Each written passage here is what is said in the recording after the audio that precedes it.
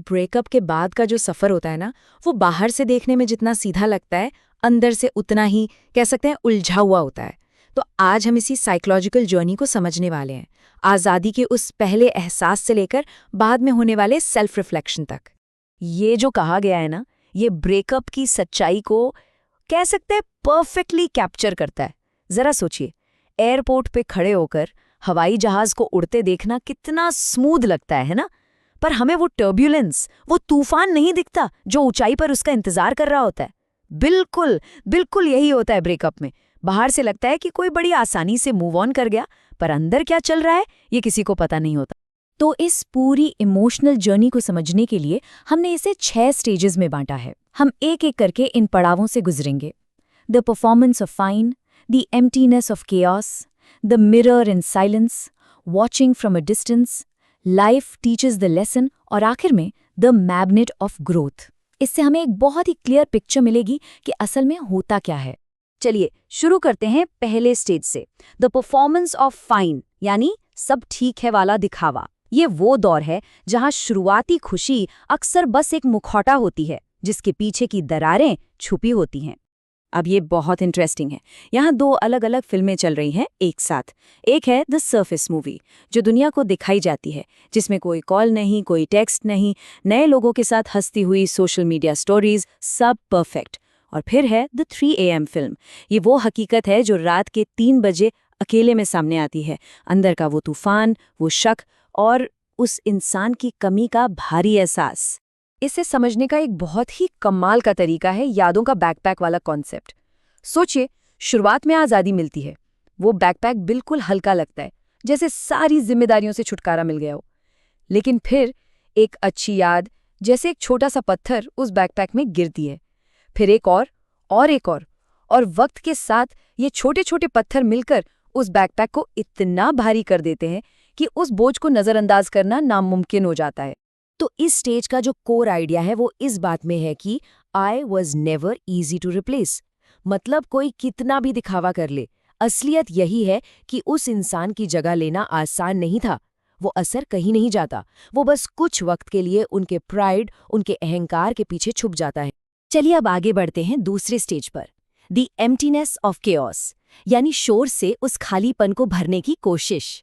ये वो फेज है जहां ध्यान भटकाने की हर कोशिश उन्हें एक बड़ी सच्चाई के और करीब ले आती है। यहाँ पर भी 2 दुनियाओं का कॉन्ट्रास्ट साफ दिखता है। एक तरफ है द कार्निवल ऑफ केओस, शोर शराबा, रंगीनियां, डिस्ट्रैक्शंस, ऐसी चीजें जो कुछ घंटों के लिए आपका मन भर सकती हैं। और दूसरी तरफ है द क्वाइट गार्डन ऑफ काम, वो सुकून, वो ठहराव, वो शांति जो दिल को भरती है। अक्सर लोग उस सुकून को छोड़कर इस शोर शराबे को चुनते हैं, पर ये शोर कभी उस अंदर के खालीपन को नहीं भर पाता। और ये line, my peace is not boring, ये बहुत पावरफुल है। ये इस बात को हाईलाइट करती है कि अगर किसी को शोर शराबा पसंद आ रहा है तो ये शायद उनकी अपनी अंदरूनी बेचैनी का रिफ्लेक्शन है। ये इस बात का सबूत नहीं कि दी गई शांति बोरिंग थी। हो सकता है वो उस सुकून को, उस ठहराव को हैंडल करने के लिए तैयार ही नहीं थे। तो जब ये शोर और डिस्ट्रैक्शन भी काम करना बंद कर देते हैं, तब कहानी एक नया मोड़ लेती है। अब हम आते हैं स्टेज 3 पर, द मिरर इन साइलेंस, यानी जब शो कैंसिल हो जाता है। देखते हैं जब सामने से खामोशी मिलती है तो क्या होता है। देखिए, चुप्पी या साइलेंस ये कोई सजा नहीं है, ये एक आईना है। ये ड्रामा को कैंसिल कर देती है।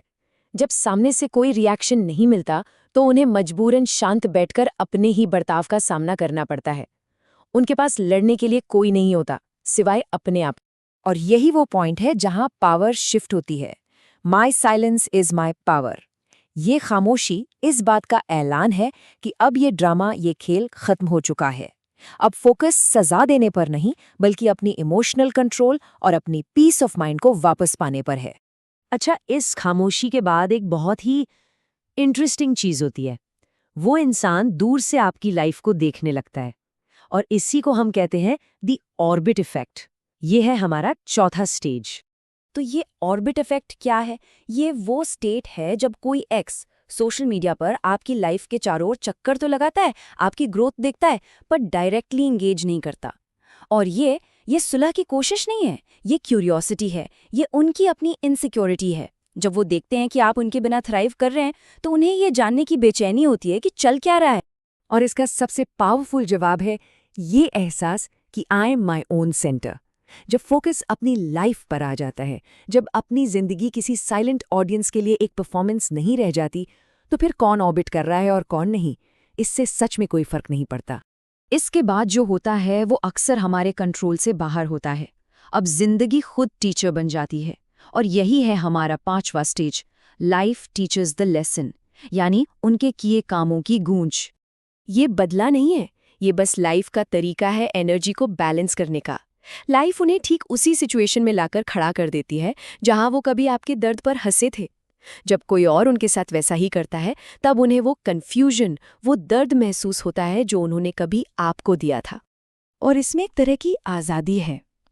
Life will teach what I know longer explain. अपनी वर्थ को प्रूव करने की ज़रूरत खत्म हो जाती है। जो मैसेज आप नहीं दे पाए वो वक्त और हालात खुद दे देंगे। और अब हम पहुंचते हैं इस सफ़र के सबसे पावरफुल, सबसे आखिरी स्टेज पर, stage 6, the magnet of growth, यानी आगे बढ़ने की वो ताकत जो चुंबक की तरह काम करती है। ये सवाल शायद सबसे बड़ा पैराडॉक्स है इन सिचुएशंस का। वो वापस तभी क्यों आते हैं जब कोई उन्हें सच में लेट गो कर चुका होता है? इसका जवाब किसी गेम में नहीं, बल्कि एनर्जी के एक फंडामेंटल शिफ्ट में छिपा है। और आखिर में बात इसी पर आती है, the real victory is not their return but your rebirth. असली जीत उन्हें वापस पाने में है ही नहीं, असली जीत है खुद को वापस पाने में।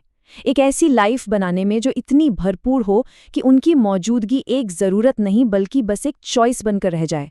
तो याद रखिए, असली जीत उनकी वापसी नहीं, आपका अपना पुनर्जन्म है।